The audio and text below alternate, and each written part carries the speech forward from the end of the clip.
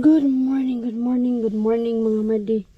Kamusta naman ang itsura natin dyan early in the morning? Ang tsakanes. Ang tsaka talaga ng itsura natin. Walang kaayos-ayos. Pero okay lang yan as long as alive and kicking at nagagampanan na maayos ang ating responsibilities as nanay. Char, may hugot yan. Paano ko lang kasi kakatid ko lang kasi mga madi kay Lumi dyan sa daycare niya, oh. Tapos natatawa ako, sobrang pahirapan ang paghatid natin kay Lumi today. I mean, hindi yung paghatid kundi yung paggising sa umaga na agad-agad nagaano siya, ayaw niyang magpabihis mga madi. May mga times na napaka-easy, napapabihis agad siya. Yung ginagawa ko is dinivert ko yung utak niya, like kailangan may pinapakain ako sa kanya ng very very light lang because kakain pa siya doon sa daycare. I want her to eat in the daycare, like get used to the food para, alam niyo naman mga madi, up until now hindi pa din talaga nasasanay si Lumi sa daycare kumain, gutom pa din siya pag umuwi. May mga times na okay, may mga times na hindi, but mostly hindi pa talaga siya kumakain masyado doon. Panay ang tikim-tikim, yun yung kadalasan, tikim-tikim mga madi.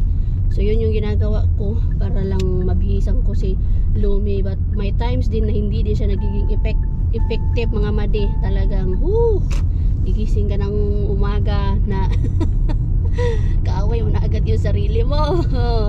Pero wala tayong choice mga madi. Gayon sahon man nato yan. Kaya ganyan talaga ang life ng mga toddler. Bago-bago ang life ng mga toddlers. Minsan okay, minsan hindi. Parang tayo lang din yan mga madi. Weather lang. Anyway, anyhow, kamusta mga madi? Pasensya na, tuloy-tuloy yung ating vlog. Hindi ko kayo nakamusta. Nakakain na ba? Nakapanood na ba kayo ng ating vlog mga madi? Na-shock na ba ang lahat? Char. Ay, nakaya na mga madi. Mag-ano muna ako. Mag-drive muna ako punta sa school. Finally, nandito na tayo. Nandito na tayo sa harap ng school mga madi. At I got a good parking space. Nakakuha tayo ng magandang parking space. Meron pa doon, mas malayo. Mas malayo kasi yun eh. Super early pa kasi nakakuha tayo ng magandang space ng parking. At naka-reverse parking tayo mga madi. Nagaano ako, kinakaroon ko mag-reverse parking pag alam ko na wala akong katabi dito. Yan. Pero pag mayroong boat, ay naku, wag na tayo mag-reverse parking. Hindi natin yan kaya. Makasagi pa tayo. Anyway, dahil maaga ako ngayon, ayusin ko muna yung buhok ko. Itali ko to ng bonggang-bongga. Nagdala din pala ako ng natira natin sa ating birthday na Maha, kasi nagustuhan nila to nung nagdala ako. Kinabukasan nung pagkaluto ko nito, kasabay nung pagdala ko kay Lani, nung hinatid ko yung pinagawa natin na cake, kasi gustong-gusto niya yung ating Maha. So nagdala din ako sa school at the same time nung mga time na yun. Nagustuhan ng ating mga friend. So ngayon nagdala ulit ako kasi madami pang tira-tira doon. Lalo na yung cake, marami pa din. Try ko yun na ibigay sa iba kasi nung pinapadala ko yun sa mga kaibigan natin, ayaw nilang magdala na. Kaya may nakuha na sila na cake. So malaki pa yung cake na yun. So para hindi siya masayang, ibibigay natin siya sa mga finish kung sino yung gusto. Kasi ngayon yung pinaka last day niya. Pwede pa naman yun hanggang bukas. Ibigay natin yun para hindi siya masayang. Kung malapit lang kayo madi, kayo din bibigyan ko nun. Kaya malayo man kayo. Ayusin ko muna yung aking hair. Dito na ako manalamin mga madi sa inyo na. Well, mayroon naman salamin dito. Bakit dyan pa pala? Talagang may mga times na susubukin yung pasensya mo early in the morning. May mga times na chill lang. Mas gusto ko yung chill lang kaysa susubukin early in the morning yung pasensya. Ganun talaga. Kaway sa mga toddler mommies dyan. Nakadala ba ako ng ano? Sana nadala ko yung tali ko. Ayun lang kung tali nadala. Ipit lang yung mayroon. Wala nga. Ay, wala. Hindi ko pala. Ay, alam ko, nalagay ko yun. Ano ba talaga, Ruby? Alam niyo mga madi, dito sa school namin, walang uniform. When it comes to assignments, hindi ka magpe-pressure kasi hindi nila i-check kung gumagawa ka ng assignment. At meron silang due date ng assignments. Matagal-tagal din sila magbigay ng due date ng assignments for you to be able to do it kasi hindi sila yung ina-avoid nila yung pressure when it comes to sa pag-aaral. Then during the during the day naman, hindi ka nila tatawagin para mag-answer ka sa mga questions ng teachers, and lahat ng opinion mo nagmamatter, lahat ng opinion mo tinatanggap, yung hindi mo mararamdaman na napahiya ka. Wala silang ganito mga madi. As in, maganda yung nila dito when it comes to education. And meron silang mga support dito, like kung nahihirapan ka sa math, meron silang support support room or mga group of people na teachers na makakatulong sa iyo. Basta you just have to be honest na kailangan mo ng help, kailangan mo ng ganito, tutulungan ka nila kung nai-stress ka sa bahay, and then meron ding room kung gusto mo mapag-isa, gusto mo ng space, gusto mo ng peace of mind, like hindi mo magawa sa bahay yung mga assignments mo na kailangan mong gawin or anything. And meron din silang binibenta dito mga madi na laptop sa mga nag-aaral dito mga madi, at sa mga mag-aaral pa lang na walang laptop, pwede kayong bumili ng used laptop na siya, pero inaayos ng mga IT dito sa school, at binibenta nila into a cheaper price, as in, tapos maganda pa siya, mga quality pa siya. At kapag wala ka namang laptop, pwede kang humiram sa school. Yes, pwede kang humiram sa school like kapag underage ka, like below 18 years old. Sa mga adults, yun lang ang hindi ko alam kung pwede kang humiram. Pero kapag during the class na wala kang laptop or nakalimutan mo, pwede kang manghiram. Magpo-provide sila, pwede manghiram ng libro, basta anything, i-offer nila sa iyo lahat. Magpo-provide sila sa inyo lahat. Yun yung maganda dito sa Finland when it comes to education. As in, the best. O diba, napaano na ako.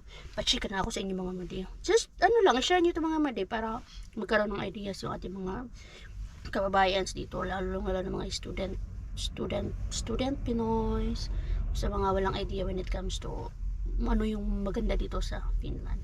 Uy. Anyways mga madi, tapos na yung klase natin. Half day lang kami today. Half day lang yung klase namin at isang teacher lang kami. Diba? Hindi na ako kumain doon sa school. Dito na ako sa bahay kakain. Kasi natid ko na din si Sade doon sa S-Market. Hindi din siya kumain kasi ayaw kong kumain. Buntot yung batang yun sa akin. Dito muna ako sa storage room. Kailangan kong picturean ulit yung ayan, yung car seat.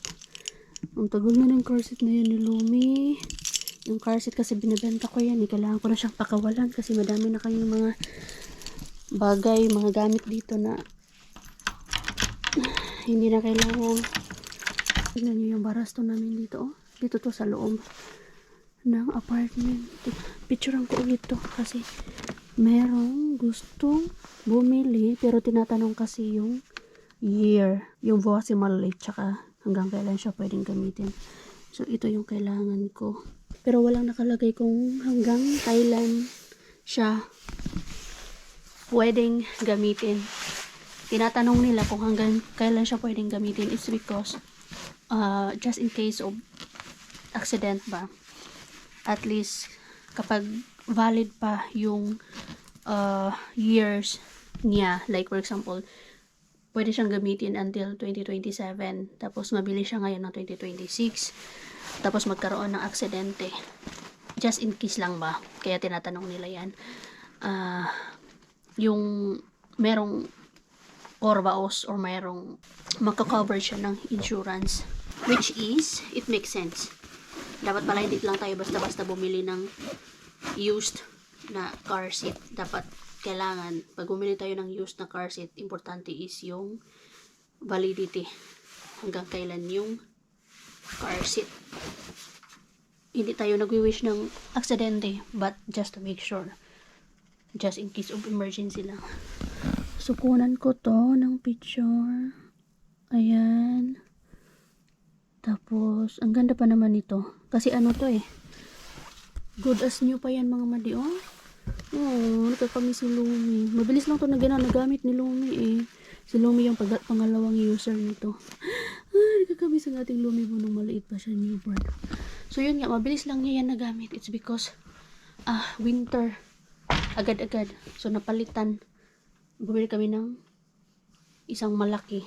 Tapos, mayroon pa akong isang gagawin. Bago ako umakit sa bahay.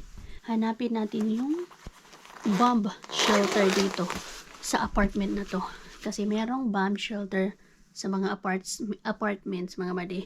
Kahapon ko lang yun nalaman nung tinanong ko si Mr. Kasi napag-usapan namin ni Mars Q yung mga about dyan sa... Meron kasing jet fighter na lumilipad kahapon. Kasi merong 2 drone na nalaglag doon sa Kovola. At yung drone na yun is sa Ukraine. So may mga jet fighter kahapon na naglibot-libot sa loob ng kotka. So napag-usapan namin ni Mars Q kung may mga bomb shelters dito mga mali. Pero hindi ko alam kung nasaan. Vice to Suayang nakalagay. Pero nung tinanong ko si Mister, meron daw. So hanapin natin kung saan banda dito. Blue triangle siya.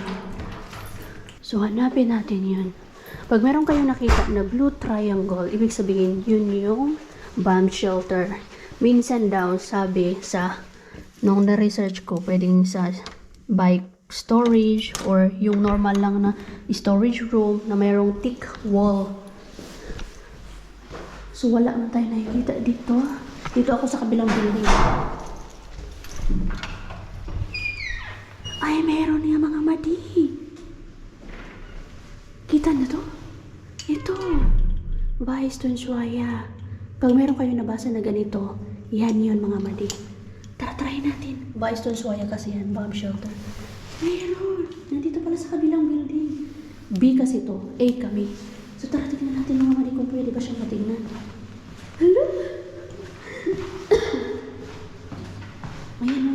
Ay! Meron nga. Ayan o. Meron mga madi. Hindi ko lang kung pwede siyang i-open. Ay, mayroon. Ito. Oh my God. Nangilawat ako mga madi. Kasi first time ko to. Meron nga. Oh my God. Meron. Pinag-usapan lang to namin ni Mars Q kahapon. But mga madi, hindi lahat ng mga apartments merong bomb shelters. Pero pwede nyo itanong sa kung sino yung manager ng apartment na tinitirhan nyo. Oh my God! Di ba sa ating pinag-uusapan yung bomb shelter? Kung saan yung mga bomb shelter. Itong meron pala dito. Oh my God! Oh my God! Oh my God! As in, wow! Makakita ako ng bomb shelter for first time.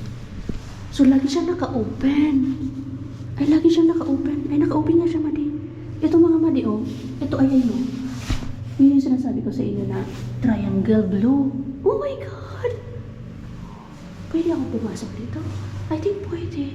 Ay, pwede siyang maksiyang dito. Pwede ba? Ay, pwede!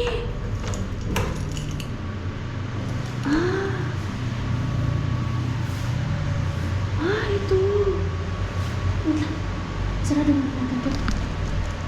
Oh my God.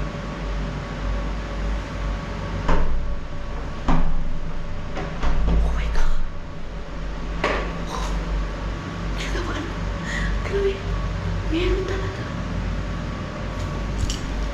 So, ganito siya mga hindi mo. Mayroon pang may sink pa. Oh my God! Kinakabahan ako! Oh my God! Bakit ang dilim? Ito may ilaw.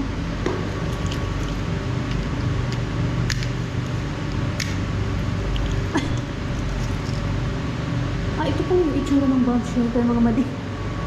Mayroon palang pumapasok dito. Oh, may nagsampay. May nakalagay doon. Parang ano pala siya. Yung pwede ka magsampay dito. Pwede magsampay. Ginamit na sampayan. First time ko kasi talaga mga madi. I've been living for 9 years in Finland at ngayon ko lang to nakita, ngayon ko lang to napasok. Kasi ngayon lang na pumasok sa isip ko na mag-ano ng bomb shelter dahil nga dyan sa gera-gera na yan. Tuloy yung kung nakikita nyo lang talaga yung nararamdaman ko mga madi kasi wow. Ito pala siya. Sige na sampayan. Pwede pala magsampayan din dito. Ay! OMG! Maliit lang siya. Diba? Pwede pala magsampayan dito. Ba't diba? Oh my God.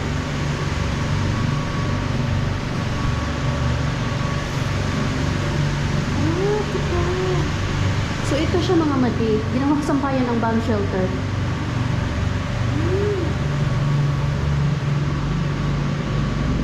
Tapos ano man to? Ano to mga to dito? Tapos ito yata yung parang exit. Pwede ka mag-exit din dyan. Yung door. Oh my God. Oh my God. Tapos ito yung mga ano, barostet or mga ano yung barostet. Ang ginawang ito pala yung bomb shelter dito. Ano man to?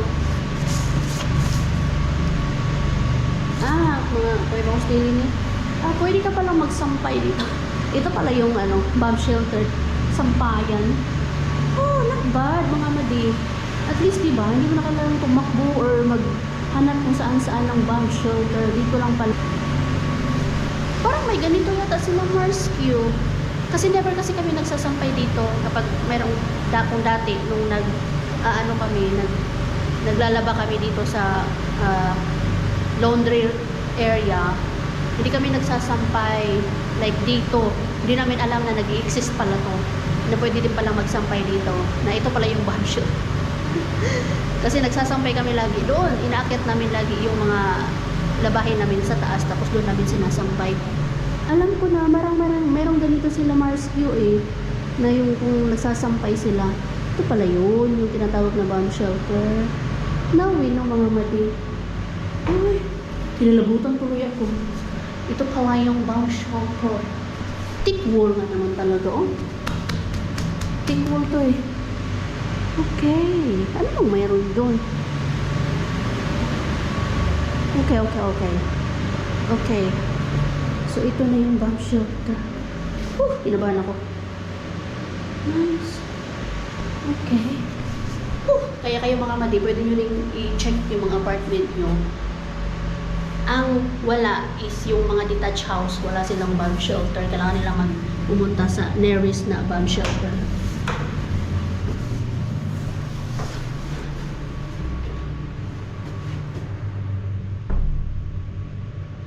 Okay. Oh my God. Kinabahan tuloy ako. Dito lang pala. Diba? Ayan na. Sundo na natin ang ating lumipo. Ay, ano ba yung nangyari sa mata ko? Nakiwan. Wait, yo. You wanna hold this? Hold. Say hi. Hi. Say hi. Hi. Say hi. Titas. How are you, titas? Sundo na po ang lumipo. Yung Lumipo is such a good girl. Nahilo na ang mga titas na. You sing to the titas? Happy birthday. You sing to them? Happy birthday. Ay, happy birthday. Long eyes. Happy birthday sa Eyes. tita na? Long. Happy birthday sa tita? Aww. Sinong tita ang may birthday? Bye auto. Nakakatuwang bata to. Lahat na lang binababay niya. Lahat ng mga workers doon sa daycare, nagbababay talaga siya. Pag hindi siya pinapansin, talagang pinipilit niya na. Mag-wave back sa kanya. Ay, naku anak. Ikaw talaga na ang source ng ibang tao ng smile. Mama will come. Mama will follow you. Nakakatuwang bata to eh.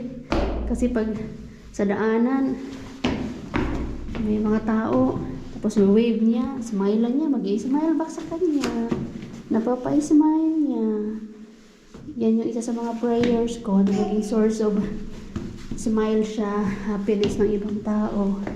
Pero minsan, nakakaawa din yung reaction niya kapag hindi siya i-smilean back ba, or kaya wave back ba ng iba. Ganun talaga. I-explain ko na lang sa kanya na hindi kailangan lahat anak, i-wave mo, i-hi mo, babayan mo. O di kaya, i-smilean mo. Pero ganun kasi talaga siya. Very friendly. Oh, kaya niya umakit mga madi. Diba? Good job, Kulta. Good job. Wow. Kuku. Dahan. No hurry. Dahan. No. Careful. Slowly. Slowly. Okay. Kaya mo yan. You can do it. Good job. Good. Oh, bilis oh. Wow. Wow. Good job. Wow, na-finish niya talaga mga mali. Oh. Dito na kami sa third floor. Good job, Kulta. Hindi na ako nahirapang bitbitin siya. Kaya very independent din siya. Gusto niya siya mag-akyat mag-isa doon sa car seat niya. Magsarado ng door ng car. Magsarado ng door ng garage namin. Yay! Good job. High five, Mama. High five. Good job. Such a good girl. Ay. Dali na. Go. Open this one. You can do it. Push down and then push. Yeah. Kaingat boys, Kulta. Kaingat boys. Kulta. Kaingat boys. Saan na? Saan kaya yun? Kaingat boys. Oy. Ciao to. Oh. Kaingat boys. Sa sitin halari. Beda ta. Beto kiti alas. Pull it down. Pull it down. This one. You have to pull it down. Alas, hyvä. Ja sitten vielä. Noin. Äiti vähän auta ja sitten istu. Noin. Ja ota pois. Hyvä. Good job. Ja sitten kaulari pois. Wow! Wow! Hi, Papa! Mega big girl na! Oy! Good job! Oh, diretso sa upuan. Pagkain, mansik ka. Pagkain agad ang hanap. Wait, Mama will wash the mansik ka. Strawberries. Careful, ha? Anong yak? Sino may sabi ng yak? Sino may sabi? Yak. Sino may sabi ng yak? Yak. No yak. That is not a yak. Kanina pa kumakain ng lumi po mga madi. Nakakain na siya ng tawag doon, salmon soup, strawberries, and paborito niya, yung grapes. Tapos konting activity kami dito. Gustong gusto niya to. Yung naglalagay ng stickers. Nabili ko to sa Temo. Good for motor skills. And yung sa mind na din. Kasi na-figure out niya kung ano to, anong form to, tapos sinanap niya yung sticker dito.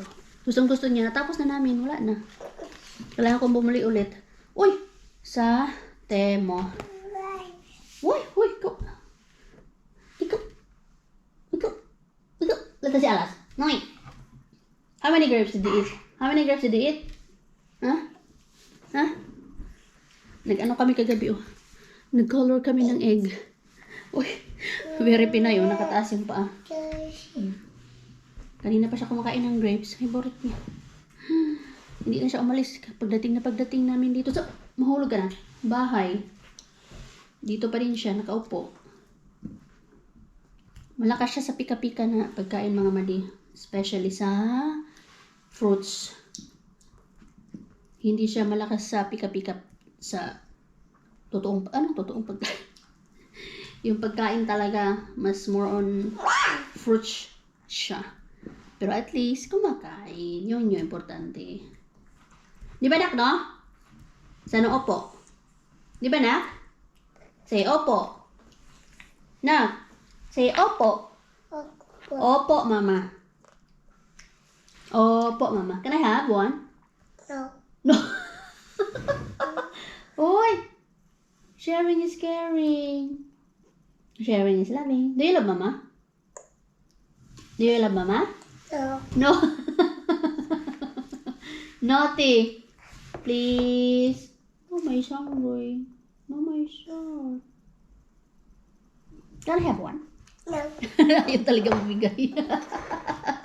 Tawanan mo ka na. No. Ayaw yun talaga. Yun talaga mamigay. Only one? Please? Mama is hungry. Mama's tummy is hungry. No. No, Mama's tummy is sad because Mama's tummy is hungry. That's why. Shut. What will you do when Mama is sad? Yeah, what will you do? No, Mama is just asking. Shh. What does Mama do to Lumi when Lumi is sad? Mama gives hug to hugs. Remember? Toshi. Yep. What is Toshi doing?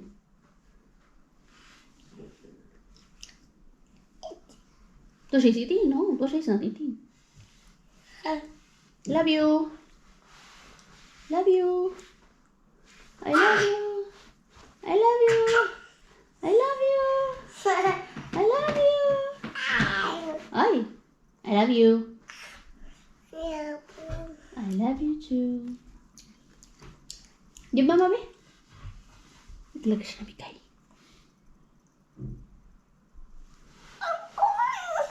It's okay. No, siya alapis sa sine.